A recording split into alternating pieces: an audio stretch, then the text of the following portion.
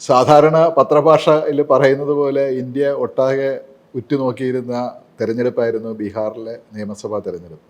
ആ തെരഞ്ഞെടുപ്പിൻ്റെ ഫലം ഇന്നിപ്പോൾ ഏതാണ്ട് വ്യക്തമായി കഴിഞ്ഞു. ഒരുപക്ഷെ ബി ജെ പിയുടെ അടുത്ത സഖ്യകക്ഷിയായ ജനതാദൾ യുണൈറ്റഡോ അവർ പോലും പ്രതീക്ഷിക്കാത്ത നിലയിലുള്ള അസാധാരണമായൊരു വിജയമാണ് NDA മുന്നണി ബീഹാറിൽ നേടിയിരിക്കുന്നത്. ഏതാണ്ട് 207 സീറ്റുകളിലാണോ 208 സീറ്റുകളിലോ മറ്റോ ആണ് അവരിപ്പോൾ ഏറ്റവും അത് ലീഡ് ചെയ്യുന്നത്. മറ്റ് അപ്പോസിഷൻ ഇന്ത്യ മുന്നണി അല്ലെങ്കിൽ മഹാഗഡ്ബന്ധൻ എന്ന് പറയുന്ന ആ സംഭവം ഏതാണ്ട് തകർന്നടിയുന്ന നിലയിലാണ് ആ റിസൾട്ട് വന്നിരിക്കുന്നത്. അപ്പോൾ ഇതിനെക്കുറിച്ചിട്ടാണ് നമ്മളിന്ന് ഡിസ്കസ് ചെയ്യുന്നത്. എൻ്റെ കൂടെ ഡിസ്കസ് ചെയ്യുന്നതിന്, ഈ കാര്യത്തെക്കുറിച്ച് സംസാരിക്കുന്നതിന് KJ ജേക്കബാണ് ഉള്ളത്. അപ്പോൾ നമ്മൾ എങ്ങനെയാണ് ഈ ബീഹാറിലെ തെരഞ്ഞെടുപ്പ് വിലയിരുത്തുക എന്നുള്ളൊരു ചോദ്യം തന്നെ ഒരുപക്ഷെ ഒരു അപ്രസക്തമാവുന്ന ഒരു സാഹചര്യമാണ് നിലയിലുള്ളത്. ഇതിനെ നമുക്ക് പല ലെയറിൽ നമ്മളിതിനെ കാണേണ്ടി വരുമെന്ന് എനിക്ക് തോന്നുന്നു. ഏറ്റവും പ്രത്യക്ഷമായിട്ട് നമുക്ക് ഇതിൻ്റെ അകത്തു നിന്ന് വായിച്ചെടുക്കാൻ പറ്റുന്ന വളരെ സിമ്പിളായിട്ടുള്ള കുറച്ച് കാര്യങ്ങളുണ്ട്. അതിനുശേഷം നമുക്ക് തന്നെ പിടുത്തമില്ലാത്ത കാര്യങ്ങളെക്കുറിച്ച് പറയുന്നതായിരിക്കും ശരിയെന്ന് എനിക്ക് തോന്നി. ഇതിൻ്റെ അകത്ത് ഇപ്പോൾ തെരഞ്ഞെടുപ്പിന് 2 മാസം മുമ്പ് 2 മാസത്തിനുള്ളിൽ ഒരു 10,000 രൂപ വെച്ച് സ്ത്രീകൾക്ക് കൊടുത്തിട്ടുണ്ട്. ബീഹാറിൽ ഇന്ന് വരെ കാണാത്ത ഒരു പോളിംഗ് ആണ് നടന്നത്.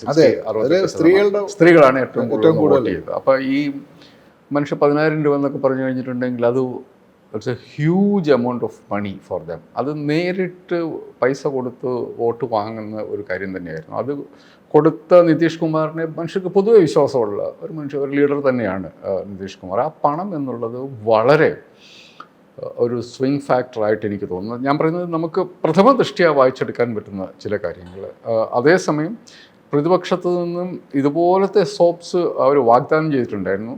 പ്രതിപക്ഷത്തിൻ്റെ ശേഷം ഏറ്റവും വലിയ ക്യാമ്പയിൻ മെറ്റീരിയൽ എന്നുള്ളത് വോട്ട് ചോരിയായിരുന്നു, വോട്ട് തെഫ്റ്റ്, വോട്ട് കള്ളം എന്നുള്ളത്. ഇത് രണ്ടും വെച്ച് നോക്കിക്കഴിയുമ്പം 10,000 രൂപ പോരട്ടെ എന്ന് മനുഷ്യർ വിശ്വസിച്ചു എന്ന് സ്ത്രീകളുടെ വോട്ടിംഗ് പെർസെൻറ്റേജിനകത്ത് ഞാൻ വായിച്ചെടുക്കും. അതിൻ്റെ അകത്ത് അതൊരു വലിയ സ്വിങ് ഫാക്ടറാണ്. സാധാരണ വോട്ട് ചെയ്യാൻ പോകാത്ത മനുഷ്യർ പോയി വോട്ട് ചെയ്തു എന്നുള്ളതാണ് നമ്മൾ വിചാരിക്കാൻ. ആ വോട്ട് ചെയ്തതൊക്കെ സ്ത്രീകളാണ് താനും. അവർക്ക് വലിയ തോതിൽ പൈസ കിട്ടുകയും ചെയ്തിട്ടുണ്ട്. അതിനെ കാണാതെ നമ്മളതിന് ബീഹാറിൻ്റെ തെരഞ്ഞെടുപ്പിനെ അസസ് ചെയ്തിട്ട് കാര്യമുണ്ടെന്ന് എനിക്ക് തോന്നുന്നില്ല. മറ്റ് പലതരത്തിലുള്ള, അതായത് RSS BJPയുടെയും അവരുടെ സഖ്യകക്ഷിയായ JDUവിൻ്റെയും രാഷ്ട്രീയം നമ്മൾ കാണുന്നതിനേക്കാൾ കൂടുതൽ മനുഷ്യരെ സ്വാധീനിക്കാൻ തുടങ്ങിയിട്ടുണ്ടെന്നുള്ള വസ്തുതകളൊക്കെ നമ്മൾ പുറമെ അസസ് ചെയ്യേണ്ടി വരും. പക്ഷേ ഒരു തെരഞ്ഞെടുപ്പ് ഫലത്തിൻ്റെ ചുറ്റും നിൽക്കുമ്പം നമുക്കിപ്പോൾ പ്രൈമറിലി ഞാൻ കാണുന്നത് ഇത് പലയിടത്തും ജയിച്ചിട്ടുണ്ട്. കാരണം കർണാടകത്തിൽ ഇത് കോൺഗ്രസ് കഴിഞ്ഞ പ്രാവശ്യം സർക്കാർ അധികാരത്തിൽ വന്നപ്പോൾ അവർ 5 വാഗ്ദാനങ്ങൾ കൊടുത്തു. ദേ കെയിം ടു പാർ. അതുതന്നെ മഹാരാഷ്ട്രയിൽ സംഭവിച്ചു. മഹാരാഷ്ട്രയിൽ BJP NDA സഖ്യം പ്രാക്ടിക്കലി പൊളിഞ്ഞിരുന്നു ലോക്സഭാ തെരഞ്ഞെടുപ്പിൽ. അതിനുശേഷം നടന്ന 6 മാസത്തെ തെരഞ്ഞെടുപ്പ്, 6 മാസം കിട്ടിയ സമയത്തിനുള്ളിൽ മഹാരാഷ്ട്ര സർക്കാരും ചെയ്തത് ഇതാണ്. പണം കൊടുക്കുന്ന ഒരു പരിപാടി. ഞാനതിന് അനുകൂലമാണ് കേട്ടോ.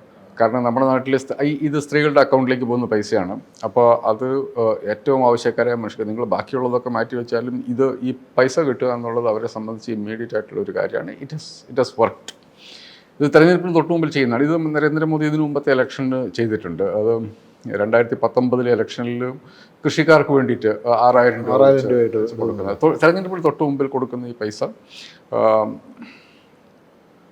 നമ്മുടെ ജനാധിപത്യത്തിൻ്റെ റൂട്ട് അത്രയൊക്കെ ഉള്ളത് നമ്മൾ കണക്കാക്കി കഴിഞ്ഞാൽ അതൊരു സ്വിങ് ഫാക്ടറാണ്. അതുകൊണ്ട് തന്നെയല്ല തെരഞ്ഞെടുപ്പ് ജയിക്കുന്നത്. കാരണം ഈ മനുഷ്യർ മാത്രം വോട്ട് ചെയ്തിട്ടല്ല തെരഞ്ഞെടുപ്പ് ജയിക്കുന്നത്. പക്ഷേ അവരുടെ വോട്ട് അവിടെ ഉള്ള ഒരു കക്ഷിയെ സംബന്ധിച്ചിടത്തോളം ഈ പണം കൊടുക്കുക എന്നുള്ളത്, ഇത് നമ്മൾ നേരത്തെ കേട്ടിട്ടുള്ള പ്രോജക്റ്റാണ്. ഇപ്പം ബീഹാറിൽ കൊടുത്തത് അപ്പോൾ നിപ്പിലുണ്ടാക്കിയൊരു പ്രോജക്റ്റും ഒരു പണത്തിന് ഡിസ്പേഴ്സ്മെൻറ്റ്. മഹാരാഷ്ട്രയിൽ ഇത് തന്നെയായിരുന്നു. കർണാടകത്തിൽ കോൺഗ്രസ്, പക്ഷേ അത് അവരുടെ ഇലക്ഷൻ മാനിഫെസ്റ്റോയിൽ വന്നു. ഇതിൻ്റെ ആവശ്യമുണ്ടെന്ന് കണ്ട് തന്നെ അവർ മാനിഫെസ്റ്റോയിൽ പറഞ്ഞ് പ്രതിപക്ഷ പാർട്ടി അധികാരത്തിൽ വന്നതാണ്. ആയിരുന്നില്ല അവരത്. പക്ഷേ അത് മനുഷ്യരുടെ ഒരു ആവശ്യം കണ്ടറിഞ്ഞു. തമിഴ്നാട്ടിൽ വലിയ സക്സസ്ഫുൾ ആയിരുന്നു. കാരണം സ്ത്രീകൾക്കുള്ള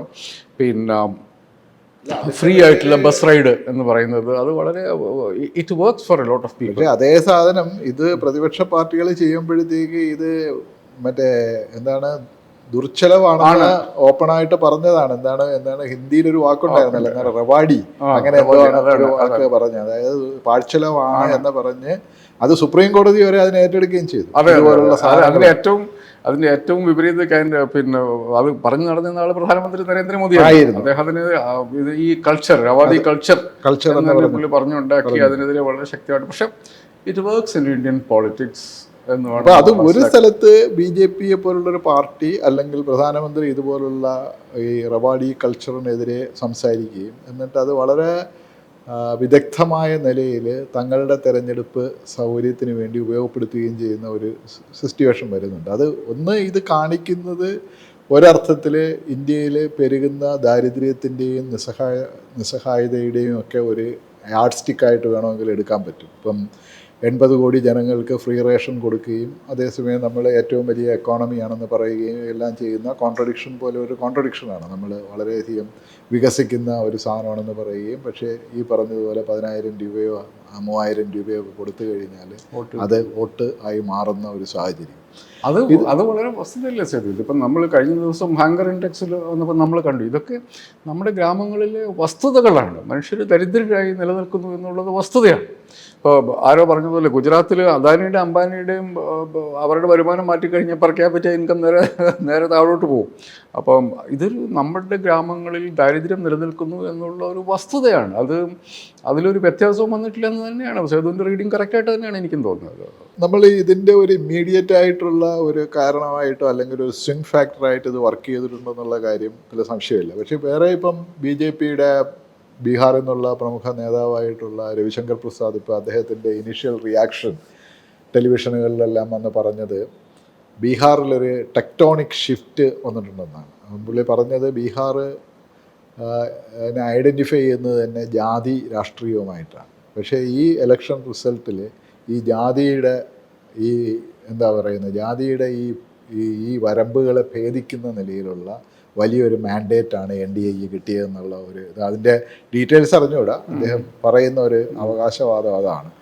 അപ്പോൾ അത് ഒരുപക്ഷെ നമുക്ക് ഇതിൻ്റെ ഡീറ്റെയിൽസ് കിട്ടുമ്പോഴത്തേക്കായിരിക്കും നമുക്ക് മനസ്സിലാവുന്നത്. പക്ഷേ നമ്മൾ ഒന്ന് നോക്കുമ്പോൾ ഇപ്പം നമ്മൾ പറഞ്ഞ പോലെ ഈ മറ്റേ കുതിര ചാടിപ്പോയിട്ട് ഇത് അടയ്ക്കുക എന്ന് പറയുന്ന പോലുള്ള ഒരു ലൈനിൽ നമ്മൾ സംസാരിക്കുകയാണെന്നുണ്ടെങ്കിൽ ഈ ഇലക്ഷൻ്റെ ക്യാമ്പയിൻ മുതൽ ഇപ്പോൾ ഇന്ത്യ മുന്നണിയുടെ ക്യാമ്പയിൻ അല്ലെങ്കിൽ മഹാഗഡ്ബന്ധൻ്റെ ക്യാമ്പയിനും NDA മുന്നണിയുടെ ക്യാമ്പയിനും തമ്മിൽ നോക്കിയാൽ വളരെ പ്രകടമായിട്ടുള്ളൊരു വ്യത്യാസം കാണാൻ പറ്റും.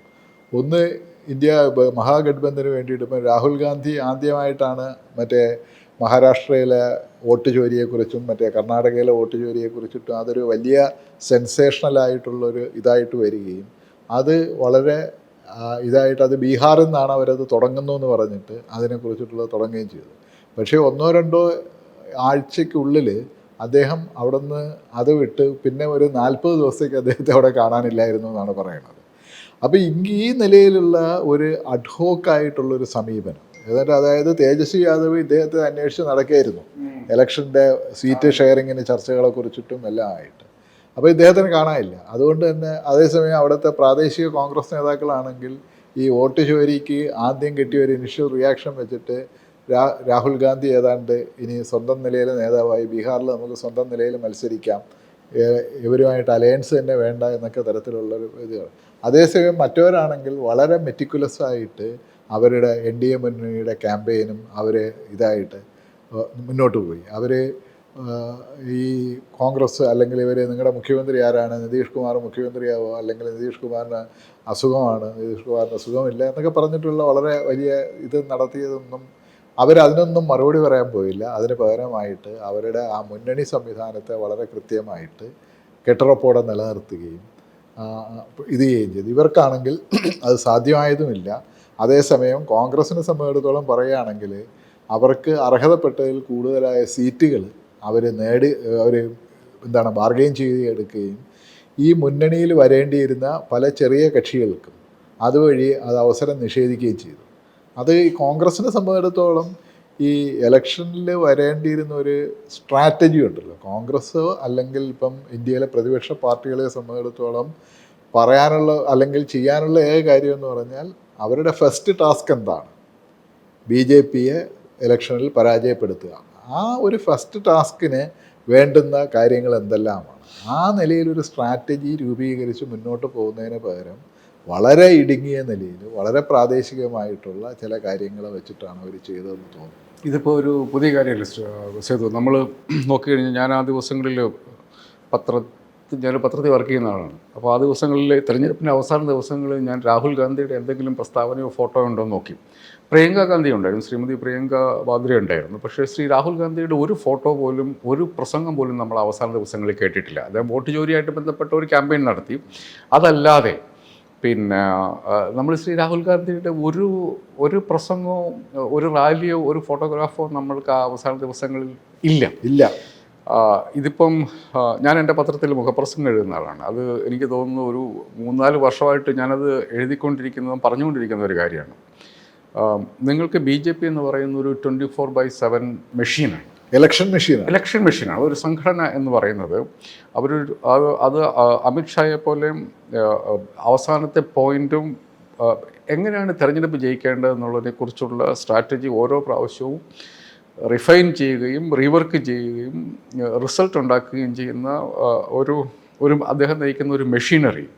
അതിനോടാണ് ഇടയ്ക്കെപ്പോഴോ വന്ന് എന്തെങ്കിലും ഒന്ന് പറഞ്ഞ് അന്തരീക്ഷത്തിലേക്ക് പോകുന്ന കോൺഗ്രസിൻ്റെ politics. Rahul Gandhi is not seen there. അത് രാഹുൽ ഗാന്ധി ഇപ്പം എനിക്ക് തോന്നുന്നത് ഇന്ത്യയിലുള്ള എല്ലാ രാഹുൽ ഗാന്ധിയെ പിന്നെ ആദരവോട് കാണുന്ന എല്ലാ മനുഷ്യരിലും ഈ ഒരു കാര്യമുണ്ട്. ഒരു വ്യക്തി എന്ന നിലയ്ക്ക് അദ്ദേഹം ഗംഭീരനായ ഒരു മനുഷ്യനാണ്. അദ്ദേഹത്തിൻ്റെ ഹിസ് കമ്മിറ്റ്മെൻറ്റ് ടു ഡെമോക്രസി, അതിലൊന്നും എനിക്ക് യാതൊരു തർക്കവുമില്ല. പക്ഷേ നിങ്ങൾ എതിരിടുന്നത് RSS എന്ന് പറയുന്ന ഒരു ഓർഗനൈസേഷനെ ആണെന്നും അതിൻ്റെ വിവിധ മാനിഫെസ്റ്റേഷനുകളെ ആണെന്നും യാതൊരു ധാരണയില്ലാത്ത പൊളിറ്റീഷ്യനാണ് രാഹുൽ ഗാന്ധി എന്ന് പറയേണ്ടി വരും. അദ്ദേഹം RSSനെ ഇപ്പോഴും നേരിട്ട് എതിർക്കുന്ന ആളുകളിൽ ഒരാൾ, അപൂർവം എതിർക്കുന്ന ആളുകളിൽ ഒരാൾ രാഹുൽ ഗാന്ധിയാണ്. പക്ഷേ അത് വാ കൊണ്ട് വർത്തമാനം പറയുന്നു എന്നുള്ളതല്ലാതെ സേതു ഇപ്പോൾ പറഞ്ഞതുപോലെ, അതായത് RSSൻ്റെ പൊളിറ്റിക്കൽ മാനിഫെസ്റ്റേഷനായി BJPയെ തെരഞ്ഞെടുപ്പിൽ പരാജയപ്പെടുത്തുക എന്നുള്ളതാണ് തൻ്റെ ലക്ഷ്യം എന്ന് ഇന്നുവരെ മനസ്സിലാക്കാത്ത ഒരു രാഷ്ട്രീയ നേതാവാണ് രാഹുൽ ഗാന്ധി. അദ്ദേഹം കഴിഞ്ഞ അസംബ്ലി ഇലക്ഷനിൽ കേരളത്തിൽ വന്ന് കടലിൽ ഇപ്രാവശ്യം പിന്നെ ബീഹാറിലെ ഏതോ പുഴയിൽ ചാടുന്ന ഫോട്ടോ കണ്ടു. നമ്മൾ ഈ നിന്ന നിപ്പിൽ ഓരോ സാധനങ്ങൾ ഉണ്ടാക്കി അതിൽ നിങ്ങൾക്ക് നരേന്ദ്രമോദിയെ വെല്ലാനാവില്ല. ഇത്തരം ഈ മനുഷ്യർക്ക് ഇഷ്ടപ്പെട്ട കാര്യങ്ങൾ പറയുകയും ചെയ്യുകയും ചെയ്യാൻ വേണ്ടി നിങ്ങൾക്ക് നരേന്ദ്രമോദിയെ വെല്ലാനാവില്ല. അതിൻ്റെ അപ്പുറത്തേക്ക് നിങ്ങളതിൻ്റെ അപ്പുറത്തുള്ള രാഷ്ട്രീയം, വളരെ സാധാരണ മനുഷ്യരെ ബാധിക്കുന്ന മനുഷ്യരുടെ പ്രശ്നങ്ങൾ, അതിന് ഇപ്പം വില്ലേജിൽ വീടില്ലാത്ത, കൊച്ചു ക്ഷേത്രം, ആരാധനാലയങ്ങളില്ലാത്ത, റോഡില്ലാത്ത ഗ്രാമങ്ങളിൽ ചെന്ന് അമിത്ഷാ പറയണം നമ്മളിവിടെ 100 കണക്കിന് കോടി രൂപയുടെ ഒരു ക്ഷേത്രം പണി എന്ന് പറയുമ്പം അതല്ല നിങ്ങളുടെ പ്രശ്നം. നിങ്ങൾ ക്ഷേത്രം പണിയണമെങ്കിൽ പണി, ഇത്രയും വർഷം നിങ്ങൾ ക്ഷേത്രങ്ങളില്ലാതിരുന്നു. പക്ഷേ നിങ്ങൾക്ക് ഇമ്മീഡിയറ്റ് ആയിട്ട് നിങ്ങളുടെ കുഞ്ഞുങ്ങളെ പള്ളിക്കൂടത്തിൽ വിടണം, അവർക്ക് പോഷകാഹാരം കൊടുക്കണം, നിങ്ങൾക്ക് ഒരു വീട്ടിൽ താമസിക്കണം. ഈ ഡബിൾ എൻജിൻ എന്ന് പറഞ്ഞിട്ട് എന്താണ് നിങ്ങൾക്ക് തന്നത് എന്ന് മനുഷ്യരോട് ചോദിക്കാൻ ആരെങ്കിലും വേണം. അവർക്കത് റിയലൈസ് ചെയ്യിക്കാനുള്ള ഒരു ശ്രമം അവരുടെ ഭാഗത്തുനിന്നുണ്ടാകണം. ഇത് ഉണ്ടാവാത്തിടത്തോളം കാലം ഈ പ്രശ്നത്തെ, അതായത് RSS BJP മുമ്പോട്ട് വെക്കുന്ന രാഷ്ട്രീയം, അതിനെങ്ങനെ വോട്ട് പിടിക്കാമെന്നുള്ളതിനെക്കുറിച്ച് അവർക്കെല്ലാം ധാരണയുണ്ട്. അതല്ലാത്ത ഒരു രാഷ്ട്രീയത്തെ മുമ്പോട്ട് വെച്ചെങ്കിൽ കഴിഞ്ഞ ലോക്സഭ ഇലക്ഷൻ നമ്മളത് കണ്ടു. കഴിഞ്ഞ ലോക്സഭ ഇലക്ഷൻ ഇവിടെ ബീഹാറിൽ കിട്ടിയില്ല, പക്ഷേ ഉത്തർപ്രദേശിൽ എന്താണ് സംഭവിച്ചത്? ഉത്തർപ്രദേശിൽ സംഭവിച്ചത് RSS BJP വീണ്ടും അധികാരത്തിൽ വന്നാൽ ഇന്ത്യയുടെ ഭരണഘടനയെ അവർ അട്ടിമറിക്കും എന്നുള്ള ഒരൊറ്റ ഇതിൻ്റെ പുറത്ത്. അപ്പോൾ അത് നമ്മുടെ ഏറ്റവും സാധാരണക്കാരെ മനുഷ്യരെ സംബന്ധിച്ച് അതൊരു വലിയ പ്രശ്നമാണ്. പ്രത്യേകിച്ച് പിന്നോക്ക ജാതിക്കാരായ മനുഷ്യരെ സംബന്ധിച്ചിടത്തോളം അവരുടെ എക്സിസ്റ്റൻസ്. ഇപ്പോൾ ബീഹാറും ശരിക്കും പറഞ്ഞാൽ ഉത്തർപ്രദേശിനേക്കാളും പൊളിറ്റിക്കലി കോൺഷ്യസ് ആയിട്ടുള്ള ഒരു നാടാണ്. അവിടെ കോൺഗ്രസ് ഇവിടെ RSS BJPക്ക് എതിരായിട്ടുള്ള പൊളിറ്റിക്സ് അല്ല കളിക്കുന്നത്. RSS BJPയുടെ ഒരു B ടീമാണ് കോൺഗ്രസ് എന്നുള്ള കാര്യം മനുഷ്യർക്ക് അറിയാവുന്ന ഒരവസ്ഥയിലേക്ക് വന്നു. അതല്ല ഞങ്ങൾ എന്ന് കാണിക്കാൻ കോൺഗ്രസ് പലപ്പോഴും ശ്രമിക്കാറുമില്ല. കോൺഗ്രസ് ഭയങ്കര റിഗ്രറ്റ്ഫുൾ ആയിട്ടാണ് ഈ ഗെയിം കളിക്കുന്നത്. കംപ്ലീറ്റ്ലി ഒരു RSS BJPയോട് ഫൈറ്റ് ചെയ്യുന്ന ഒരു പൊളിറ്റിക്കൽ പാർട്ടിയുടെ 140 വർഷമായി ആ പാർട്ടി ഉണ്ടായിട്ട്, ആ ഒരു പാർട്ടി കാണിക്കേണ്ട യാതൊരു തരത്തിലുള്ള ഡെപ്തുമില്ലാത്ത, നിന്ന നിപ്പിൽ എന്തൊക്കെയോ പറയുന്ന, മാധ്യമങ്ങൾക്ക് കേൾക്കാൻ താല്പര്യമുള്ള കാര്യങ്ങൾ പറയുന്ന, ആ മാധ്യമ ചർച്ചകളിൽ മാത്രം നടക്കുന്ന കാര്യങ്ങൾ കൊണ്ട് രാഷ്ട്രീയം മുമ്പോട്ട് കൊണ്ടുപോകാൻ പറ്റും എന്ന് വിചാരിക്കുന്ന കുറേ മനുഷ്യരാണ് കോൺഗ്രസിൻ്റെ തലപ്പത്തുള്ളത്. അതിനകത്ത് ഞാൻ രാഹുൽ ഗാന്ധിയെ മാത്രമായിട്ടല്ല പറയുന്നത്. അവരുടെ വാർ റൂം എന്നൊക്കെ പറഞ്ഞിട്ടുള്ള ഈ അസംബന്ധത്തിൽ അവിടെ എന്താണ് സംഭവിക്കുന്നതെന്ന് പോലും നമുക്കറിയത്തില്ല. അവർ ഇതിങ്ങനെ മനുഷ്യരൊക്കെ ഇവർ പറയുന്നത് വിശ്വസിക്കുമെന്ന് വിചാരിച്ച് നടക്കുന്ന റിപ്പീറ്റഡായിട്ട് അവർ തോറ്റിട്ട്. ഇപ്പം എത്ര തെരഞ്ഞെടുപ്പുകളിലാണ് കോൺഗ്രസ് ഈ കപ്പ് ആൻഡ് ലിപ്പിൻ്റെ ഇടയ്ക്ക് പോയിരിക്കുന്നത്. ഇപ്പം മധ്യപ്രദേശിൽ, ഛത്തീസ്ഗഡിൽ, രാജസ്ഥാനിൽ നടന്ന ഇലക്ഷൻ, അതിനുശേഷം മഹാരാഷ്ട്രയിൽ നടന്ന ഇലക്ഷൻ, ഹരിയാനയിൽ നടന്ന ഇലക്ഷൻ, ഈ ഇലക്ഷനൊക്കെ കോൺഗ്രസ് ജയിക്കേണ്ട ഇലക്ഷനായിരുന്നു. അവിടെ ഒന്നും ഈ സേതു നേരത്തെ പറഞ്ഞതുപോലെ BJP തോൽപ്പിക്കുക എന്നുള്ളതാണ് നമ്മുടെ പ്രൈമറി കൺസേൺ എന്നുള്ള സിംഗിൾ പൊളിറ്റിക്കൽ അജണ്ട മനസ്സിലാകാതെ പോകുന്ന കോൺഗ്രസ്സുകാർ ഒപ്പിച്ചു വെക്കുന്ന പണികളാണ്. ഇത് മാറാതെ നമ്മൾ ഒന്നുകിൽ കോൺഗ്രസ് മാറണം, അല്ലെങ്കിൽ കോൺഗ്രസിനെ മാറ്റണം. സ്വാഭാവികമായിട്ടും വരുന്ന ചോദ്യം ഇതാണ്, ഈ കോൺഗ്രസിൻ്റെ ഭാവി, കോൺഗ്രസിൻ്റെ ഇന്നത്തെ നേതൃത്വത്തിൻ്റെ ഭാവി. ഓൾറെഡി ഒരു ചോദ്യം ശശി തരൂർ ഇന്ന് തന്നെ ഉന്നയിച്ചിട്ടുണ്ട്, എന്തുകൊണ്ടാണ് ഒരേ തെറ്റുകൾ ആവർത്തിക്കുന്നതാണ്. അപ്പോൾ ശശി തരൂർ അത് വേറൊരു നിലയിൽ ഒരു ഐഡിയോളജിക്കലായിട്ടുള്ള ഒരു ഇഷ്യൂ ആയിട്ട് തന്നെ അദ്ദേഹം അത് ഉയർത്തുന്നുണ്ട്. അപ്പോൾ അദ്ദേഹം ഉയർത്തുന്നതിനോടുള്ള യോജിപ്പും വിയോജിപ്പും മാറ്റി നിർത്താം. പക്ഷേ ഇങ്ങനെ ഒരു ഡിബേറ്റ് ഈ പാർട്ടിക്കകത്ത് അല്ലെങ്കിൽ ഈ പൊളിറ്റിക്കൽ സ്പിയറിനകത്ത് കൊണ്ടുവരുന്നു എന്നുള്ളത് തന്നെ വളരെ ഇമ്പോർട്ടൻ്റ് ആയ ഒരു കാര്യമാണ്. അപ്പോൾ അതിൽ ഈ കോൺഗ്രസിനെ സംബന്ധിച്ചിടത്തോളം ഇപ്പം കോൺഗ്രസ്സിന് അകത്ത് നിന്നും കൊണ്ട് അതിനോട് പ്രതികരിക്കാനായിട്ട് അല്ലെങ്കിൽ അതിനോട് ക്രിയാത്മകമായി പ്രതികരിക്കാനായിട്ടുള്ള ഒരു കേപ്പബിലിറ്റി പോലും അതിനുണ്ടോ എന്ന് എനിക്ക് സംശയമുണ്ട്. കാരണം ഇപ്പം ഉദാഹരണത്തിന് ഇന്ന് തന്നെ നമ്മുടെ കേരളത്തിൽ നിന്ന് ആദ്യം വന്ന് എൻ്റെ പ്രതികരണം ശശി തരൂർ പുറത്തു പോകണമെന്നാണ്. എം എം ഹസൻ പറയുന്നത് ശശി തരൂർ പുറത്തു പോകണമെന്നാണ്. ശശി തരൂർ ഉന്നയിച്ച വിഷയത്തിനെ കുറിച്ചിട്ടല്ല പറയുന്നത്.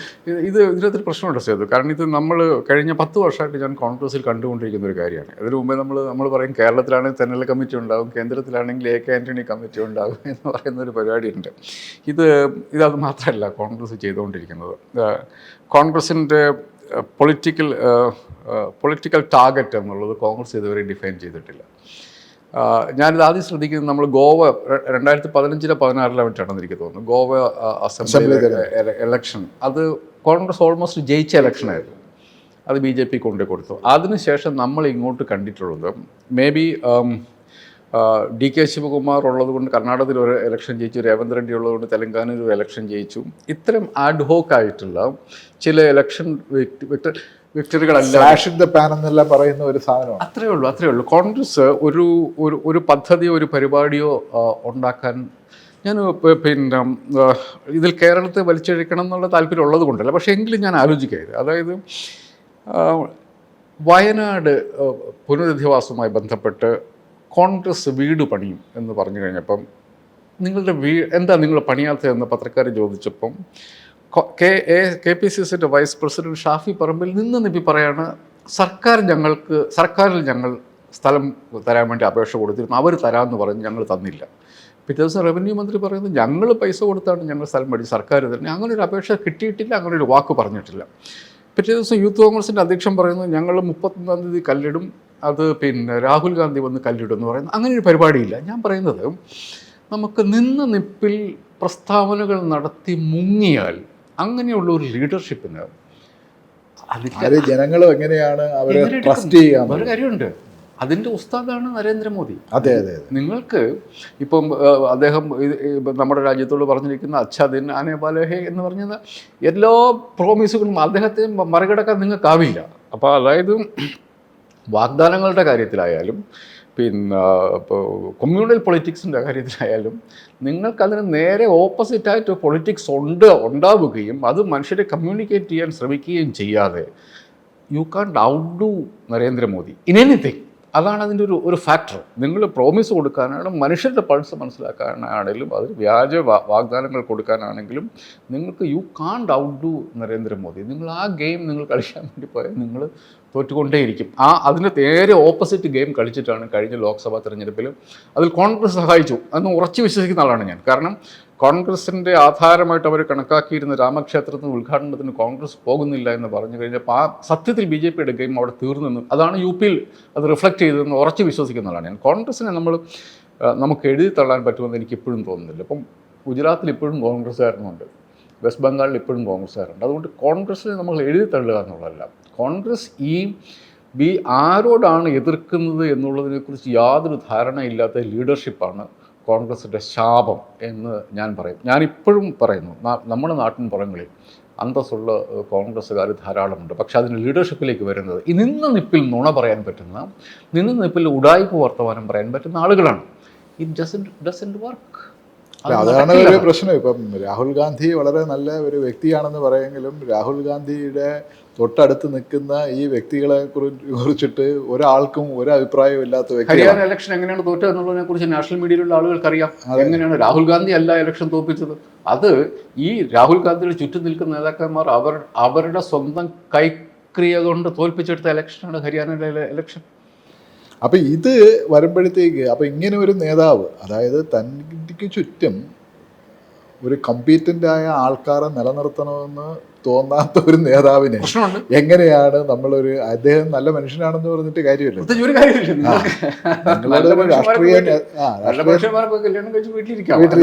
അത് നിങ്ങൾ RSS BJP ഭരിക്കുമ്പം ഫോർ വാട്ടെവർ RSS BJPയോട് ഫൈറ്റ് ചെയ്യലാണ് നിങ്ങളുടെ പൊളിറ്റിക്കൽ ഗോൾ എന്ന് നിങ്ങൾക്കറിയാം.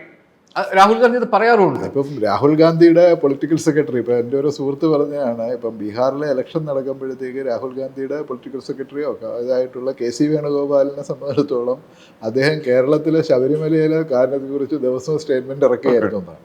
ബീഹാറിലെ ഈ ഇലക്ഷനെ കുറിച്ചിട്ട് എന്തായിരുന്നു അദ്ദേഹത്തിൻ്റെ ഒരു അഭിപ്രായം എന്ന് ചോദിച്ചാൽ നിങ്ങൾക്ക് എവിടെയും കിട്ടാനില്ല. അപ്പോൾ ഇതാണ് അതിൻ്റെ സംഘടനാപരമായ രീതി കൊണ്ട് ഇതിന് എത്രത്തോളം മുന്നോട്ട് കൊണ്ട് നിങ്ങൾക്ക് ഇതിപ്പോൾ നോക്കൂ, 60 സീറ്റിലാണ് കോൺഗ്രസ് ബീഹാറിൽ മത്സരിച്ചത്. 11 സീറ്റ് അവർ ഇന്ത്യ സഖ്യത്തോട് തന്നെ മത്സരിച്ചു. ഫ്രണ്ട്ലി കോൺടെസ്റ്റ് എന്നുള്ള അസംബന്ധം പറഞ്ഞു. നിങ്ങൾക്ക് RSS BJP അപ്പുറത്ത് നിൽക്കുമ്പോൾ നിങ്ങൾ സ്വന്തക്കാർ. നമ്മളിതിൻ്റെ റൂട്ട് കാണേണ്ടത് 2019 രാഹുൽ ഗാന്ധി വയനാട്ടിൽ വന്ന് മത്സരിച്ചപ്പോഴാണ്. വയനാട്ടിൽ വന്ന് CPIയുടെ ഒരു കാൻഡിഡേറ്റിനെതിരെ മത്സരിക്കുമ്പം അദ്ദേഹത്തിൻ്റെ പൊളിറ്റിക്കൽ സ്ട്രെങ്ത് എത്രത്തോളമുണ്ട് എന്നുള്ളതാണ് നമ്മൾ കാണേണ്ടത്. നോക്കുക, ഇപ്രാവശ്യം അദ്ദേഹം റായ്ബറേലി ജയിച്ചു.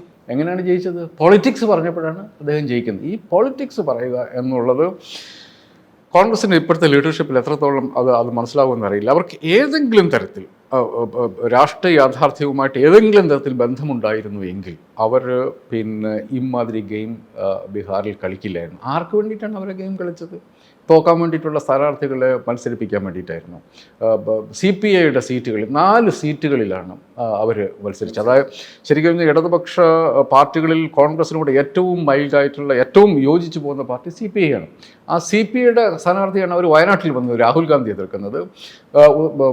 ബീഹാറിൽ പോയി CPIയുടെ സ്ഥാനാർത്ഥികളെയാണ് ഫ്രണ്ട്ലി കോൺടെസ്റ്റ് എന്ന് പറഞ്ഞ് എതിർക്കുന്നത്.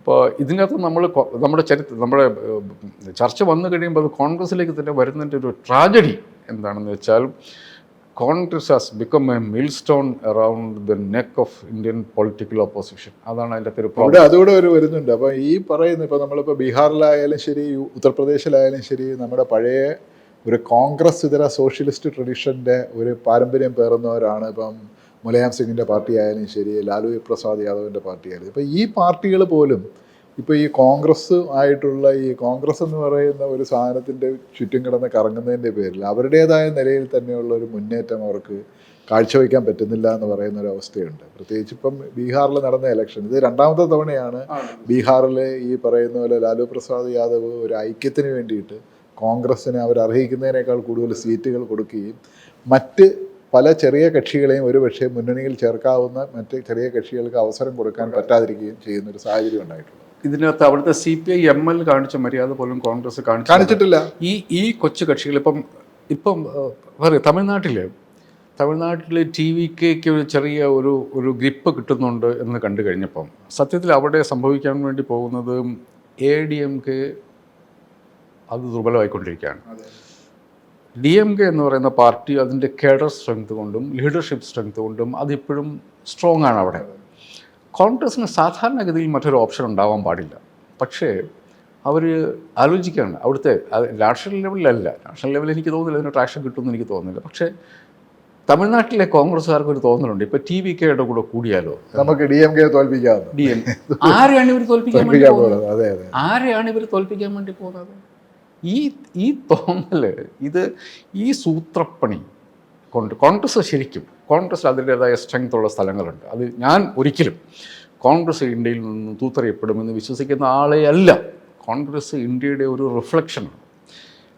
കോൺഗ്രസ് ഇന്ന് ചെയ്യേണ്ടത് ഇത്തരം, പക്ഷെ അതേസമയം കോൺഗ്രസ് പല സ്ഥലങ്ങളും അതിൻ്റെ തന്നെ നിലപാടുകൾ കൊണ്ട് ദുർബലപ്പെട്ടു പോയി എന്നുള്ള വസ്തുത മനസ്സിലാക്കണം.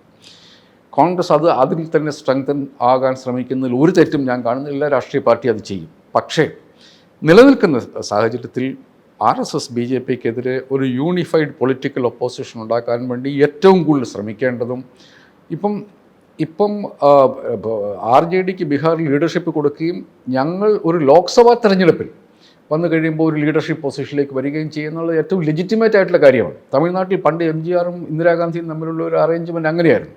ലോക്സഭയിലേക്ക് കോൺഗ്രസ് സ്ഥാനാർത്ഥികൾ കൂടുതൽ മത്സരിക്കും, പക്ഷേ അസംബ്ലിയിലേക്ക് ADMK സ്ഥാനാർത്ഥികൾ കൂടുതൽ മത്സരിക്കും. ഈ രാജ്യത്ത് എല്ലാ സ്ഥലത്തുമുള്ള RSS BJP ഇതര വോട്ടുകളുടെ ഒരു ഗ്ലൂ ആയിട്ട് പ്രവർത്തിക്കുക എന്നുള്ളത് കോൺഗ്രസ് ചെയ്യേണ്ട കാര്യമാണ്. ഓരോ സ്ഥലത്തും അതിന് കഴിഞ്ഞ് അവകാശവാദം ഉന്നയിക്കുക എന്നുള്ളതല്ല കോൺഗ്രസ് ചെയ്യേണ്ടത്. RSS BJPക്കെതിരെ നാട്ടിൽ കിട്ടുന്ന എല്ലാ സെക്കുലർ ജനാധിപത്യ രാഷ്ട്രീയ പ്രസ്ഥാനങ്ങളും ഒരുമിച്ച് നിർത്തുക. അത് തെരഞ്ഞെടുപ്പിൽ മാത്രമല്ല, അവിടെയാണ് അതിൻ്റെ ഏറ്റവും വലിയ പ്രശ്നം. RSS BJP മുന്നോട്ട് വെക്കുന്ന അവർ എങ്ങനെയാണ് ഇൻസ്റ്റിറ്റ്യൂഷൻസിനെ അവർ ദുർബലപ്പെടുത്തിക്കൊണ്ടിരിക്കുന്നത് എന്നുള്ളത് നമ്മൾ ഇതിൻ്റെയൊക്കെ വോട്ട് ചോരി എന്ന് പറയുമ്പോൾ ഈ വോട്ട് കൊണ്ടുപോകുന്നു എന്നുള്ളത് മാത്രമല്ല, എങ്ങനെയാണ് ഇലക്ഷൻ കമ്മീഷൻ എന്ന് പറയുന്ന ഈ സ്ഥാപനം ദുർബലപ്പെട്ടു പോകുന്നത്, എങ്ങനെയാണത് സർക്കാരിൻ്റെ ഭാഗമാകുന്നത്, സർക്കാരിൻ്റെ അജണ്ടയുടെ ഭാഗമാകുന്നത് എന്നുള്ള ലാർജർ പൊളിറ്റിക്കൽ പ്രശ്നം. ഇതിനെ ഐഡൻറ്റിഫൈ ചെയ്യാൻ ഉപയോഗിക്കുന്നതിന് പകരം ഈ വോട്ട് മാത്രം അതിലേക്ക് ഫോക്കസ് ചെയ്തുകൊണ്ട് പരിമിതപ്പെടുത്തുകയാണ് ചെയ്യുന്നത്. ഓരോ സ്ഥലത്തും രാഹുൽ ഗാന്ധി അതിനെക്കുറിച്ച് പറയുന്നുണ്ട് പലപ്പോഴും. പക്ഷേ അതൊരു പൊളിറ്റിക്കൽ അജണ്ടയാക്കി മുമ്പോട്ട് വെക്കാനോ മറ്റുള്ള ആളുകളെ അതിലേക്ക് കൊണ്ടുവരാനോ കോൺഗ്രസ് അല്ല. അതാണ് വോട്ട് ചോരിയുടെ വിഷയം. ഒരിക്കൽ പോലും അതൊരു പൊളിറ്റിക്കൽ ഇഷ്യൂ ആയിട്ട് അതായത് യു ടേക്ക് ദ സ്ട്രീറ്റ് എന്ന് പറയുന്ന ഒരു സംഭവം ഉണ്ടല്ലോ, അത് കോൺഗ്രസ് ഒരിക്കലും നടത്തിയിട്ടില്ല. ബീഹാറിൽ നടത്തി. അവിടെയാണ് അതിന്റെ ട്രാജഡി. ബീഹാറിൽ അത് നടത്തി ആള് കൂടി കഴിഞ്ഞപ്പോഴത്തേക്കും ഇയാളെ പോയി. അയാൾ പോയി എന്ന് മാത്രമല്ല, അത് വെച്ചിട്ട് പിന്നെ കോൺഗ്രസ് ബാർഗെയിൻ ചെയ്യാൻ വേണ്ടി പോകും. അതെ അതെ. ഇത് അതായത് ഗ്രാസ് റൂട്ട്സിൽ 24/7 വർക്ക് ചെയ്യുന്ന ഒരു BJP മെഷീനെതിരെയാണ് ഈ വല്ലപ്പോഴും വന്ന് അഡ്ഹോക്കായിട്ട് അതിൻ്റെ പുറത്തുള്ള ഈ ഗെയിംസ് കളിക്കുന്ന ഒരു കോൺഗ്രസിൻ്റെ പൊളിറ്റിക്സ്. It's tough.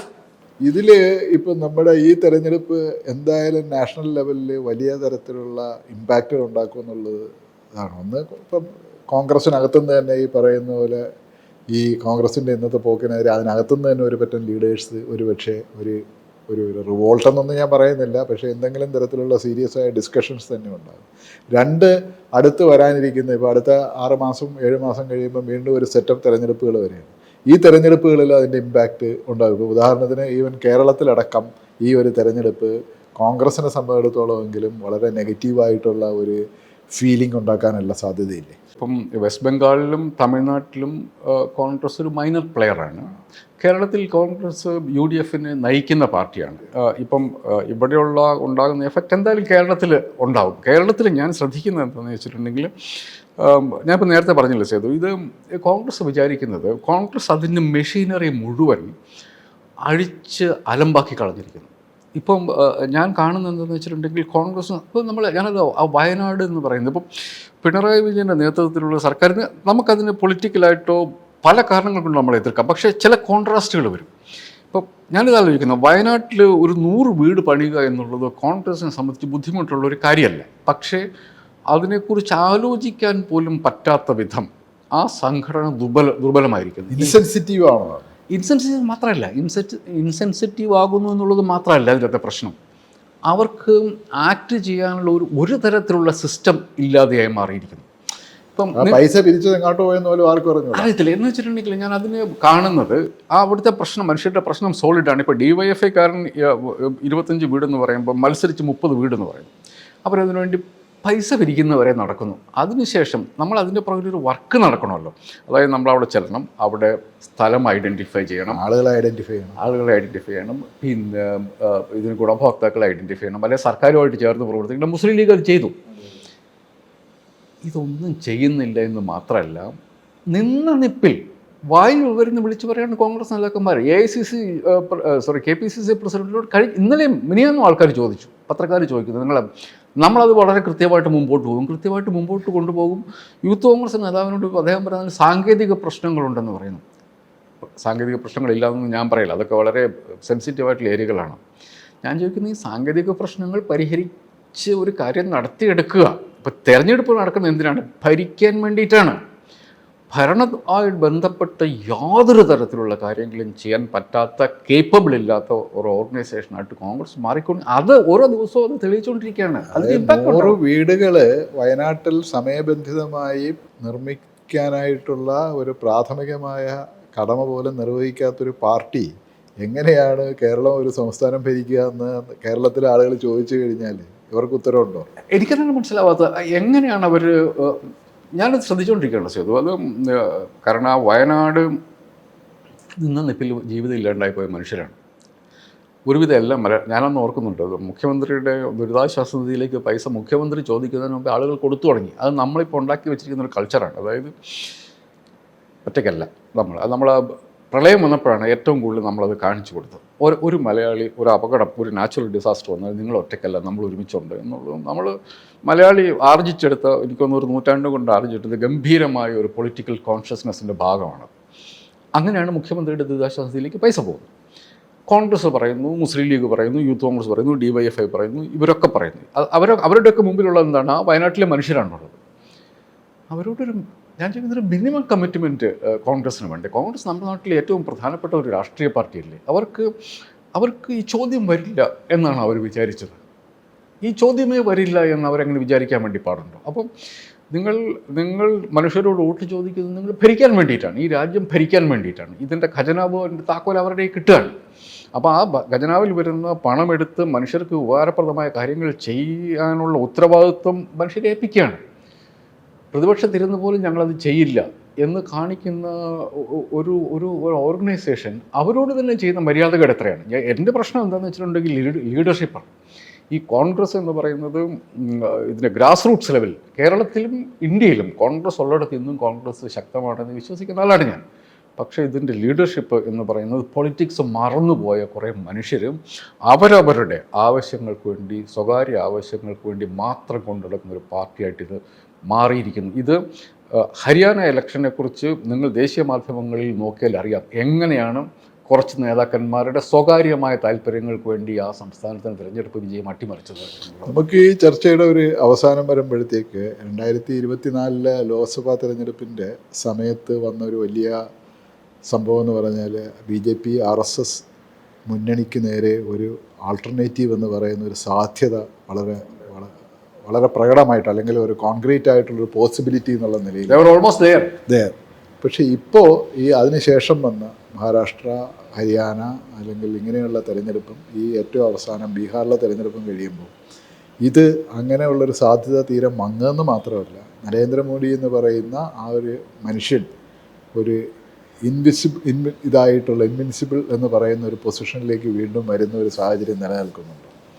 മോദി മാത്രമല്ല, മോദിയുടെ പൊളിറ്റിക്സ് അതിന് അവർ പലതരത്തിൽ ആക്സെപ്റ്റൻസ് ഉണ്ടാക്കിയെടുക്കുന്നു. അതൊരു അവർ വർഗീയത പറയേണ്ടടുത്ത് വർഗീയത പറയും, വികസനം പറയേണ്ടടുത്ത് വികസനം പറയും. ഇതുകൊണ്ട് മനുഷ്യർക്കത്, ബീഹാർ എന്ന് പറയുന്നത് നമ്മുടെ ഹ്യൂമൻ ഡെവലപ്മെൻറ്റ് ഇൻഡെക്സ് ഏറ്റവും അവസാനം നിൽക്കുന്ന സംസ്ഥാനങ്ങളിലൊന്നാണ്. അതിലാണ് 20 വർഷം ഭരിച്ച ഒരു മുഖ്യമന്ത്രിയെ വീണ്ടും മനുഷ്യർ തിരഞ്ഞെടുപ്പ് ജയിക്കാൻ വേണ്ടി പോകുന്നത്. അപ്പോൾ ഇത് നമ്മൾ വളരെ ആശങ്കയോടുകൂടിയും സൂക്ഷിച്ചും കാണേണ്ട ഒരു കാര്യമാണ്. ബീഹാർ പോലെ വളരെ പൊളിറ്റിക്കലി കോൺഷ്യസ് ആയിട്ടുള്ള മനുഷ്യർ, എനിക്ക് തോന്നുന്നു 80-ന് ശേഷം അവിടെ ഭരിച്ചത് മുഴുവൻ 80-കൾക്ക് ശേഷം, എനിക്ക് തോന്നുന്നു 80-ന് ശേഷം മിക്കവാറും കോൺഗ്രസിൻ്റെ മുഖ്യമന്ത്രി ഉണ്ടായ കാലം എനിക്ക് തോന്നുന്നു ജഗന്നാഥ മിശ്ര ഒരു ചെറിയ പീരീഡിൽ ഉണ്ടായത്. അതൊഴികെ കഴിഞ്ഞ് ഏകദേശം 50 വർഷമായിട്ട് അവിടെ ഭരിക്കുന്നത് മറ്റു പാർട്ടികളാണ്. അപ്പം അവിടെ പോലും ഈ നരേന്ദ്രമോദിയുടെ പാർട്ടി ഇപ്പോൾ ഏറ്റവും വലിയ ഒന്നാമത്തെ പാർട്ടിയായിട്ട് മാറിയിട്ടുണ്ട്. ഇതൊരു ആലോചിക്കേണ്ട, വളരെ സീരിയസ് ആയിട്ട് ആലോചിക്കേണ്ട കാര്യമാണ്. അതിനർത്ഥം നമ്മുടെ നാട്ടിലെ സെക്യുലർ ഡെമോക്രാറ്റിക് ഫോഴ്സസൊക്കെ മുഴുവൻ ഇതോടുകൂടി ഇല്ലാതായിപ്പോയി എന്നുള്ള തോന്നലൊന്നും ഞാൻ ഷെയർ ചെയ്യില്ല. തെരഞ്ഞെടുപ്പ് ജയിക്കാൻ വേണ്ടിയിട്ടുള്ള സ്കില്ലിനെ കുറിച്ച് യാതൊരു ധാരണയില്ലാത്ത, മനുഷ്യരോട് കമ്മിറ്റ്മെൻ്റ് ഇല്ലാത്ത നേതൃത്വം കൊണ്ടു നടക്കുന്ന പാർട്ടികൾ, അപ്പുറത്തുള്ള ഒരു പരിപൂർണ സജ്ജമായിട്ടുള്ള ഒരു ഇലക്ഷൻ മെഷീനറി, ഈ തമ്മിലുള്ള ഫൈറ്റ്, ഈ റിയലിസ്റ്റിക് ആയിട്ട് ഈ കാര്യങ്ങളെ കാണാൻ കോൺഗ്രസും മറ്റ് രാഷ്ട്രീയ പാർട്ടികളും തയ്യാറാവാത്തിടത്തോളം കാലം അവർ വളരെ സോളിഡാണ്, അവർ വളരെ സീരിയസ് ആണ്. അല്ലേ, അതോടൊപ്പം എനിക്ക് പറയാനുള്ളൊരു കാര്യം കൂടി ഉണ്ടെന്ന് പറഞ്ഞാൽ BJP എന്ന് പറയുന്ന ഒരു രാഷ്ട്രീയ പാർട്ടിയെ പലപ്പോഴും ഇപ്പോഴും നമ്മുടെ പ്രതിപക്ഷം ഏതാണ്ട് അവരൊരു ആബറേഷൻ സംഭവിച്ചു എന്ന് പറയുന്ന നിലയിലാണ് കാണുന്നത്. എനിക്ക് തോന്നുന്നു അതല്ല, അവർ കൺസിസ്റ്റൻ്റ് ആയിട്ട് ഒരു 30-35% വോട്ട് നേടുന്ന ഒരു രാഷ്ട്രീയ പാർട്ടിയായി മാറുകയും അവർക്ക് ഒരു ഇലക്ട്രൽ മെജോറിറ്റിക്ക് വേണ്ടുന്ന ഈ മുന്നണികൾ ഉണ്ടാക്കാനായിട്ട് അവർക്ക് വളരെ കൃത്യമായ ഒരു പദ്ധതിയും ഒരു പ്ലാനുമായിട്ട് നീങ്ങുന്ന ഒരു രാഷ്ട്രീയ പാർട്ടിയാണ്.